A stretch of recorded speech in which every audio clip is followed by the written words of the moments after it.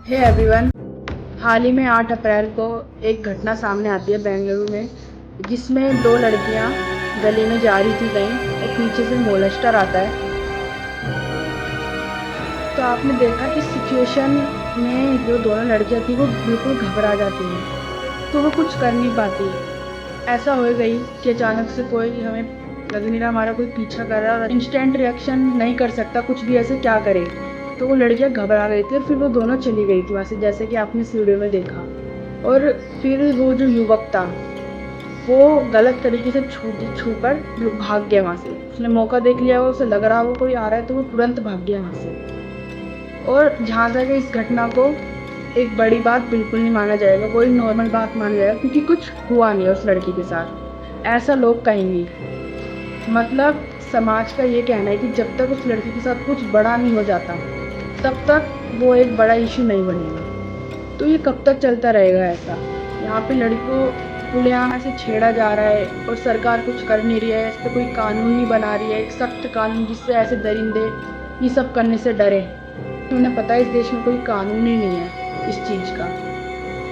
वहीं ऐसी घटना अगर ये देखते हैं घर के बड़े लोग, खासकर पेरेंट्स जब देखते हैं, तो वो कहेंगे लड़कियों को कि तुम इतनी रात को कर क्या रही थी, बाहर भाग गई क्यों थी, जाना था तो अपने भाई को भेज देती या फिर किसी और को भेज। मतलब लड़कियों को ही कहा जाता है कि इतनी रात को घर से बाहर निकली क्यों। बल्कि सबसे बड़ा है कि कहना चाहिए लड़कों को कि तुम घर से बाहर मत निकलो, तुम्हारी वजह से लड़कियां बाहर जाने से डरती हैं, क्योंकि तुम जैसे मोलेस्टर ऐसी हरकतें करते हैं फिर लड़कियां बाहर जाने से डरती हैं।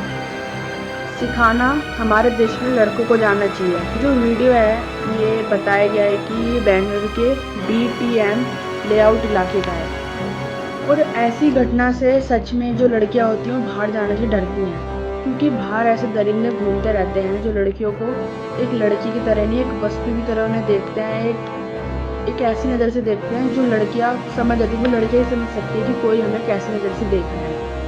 तो जब मंडे को जब घटना हुई थी, 3 अप्रैल की घटना है, तो मंडे को कर्नाटक के जो गृह मंत्री हैं जी परमेश्वर सवाल किया था मीडिया ने, तो कि आपकी इस पे क्या राय है। तो उन्होंने कहा था कि इस तरह की घटनाएं बड़े बड़े शहरों में आम बात है। तो इनके बयान से ये साफ पता चलता है कि उन्हें इस बात से कोई लेना देना नहीं है कि लड़की के साथ क्या हो रहा है क्या नहीं। कि उनका मतलब यही था कि जब तक कोई बड़ी चीज़ नहीं होती तब तक उसको नॉर्मल बात मानो, क्योंकि सब कुछ हुआ थोड़ा टच ही तो करा है उसको। ये उनके बयान से साफ जाहिर होता है। बाद में फिर जब उन्हें बोलते रहते हैं लोग, नेता बोलते थे कि इस्तीफ़ा दें, गृह मंत्री इस्तीफ़ा दें, तो ऑब्वियस सी बात है बाद में वो अपना बयान देते हैं फिर से कि मैंने जो बोला मेरी उसमें गलती है, मैं माफ़ी मांगता हूँ।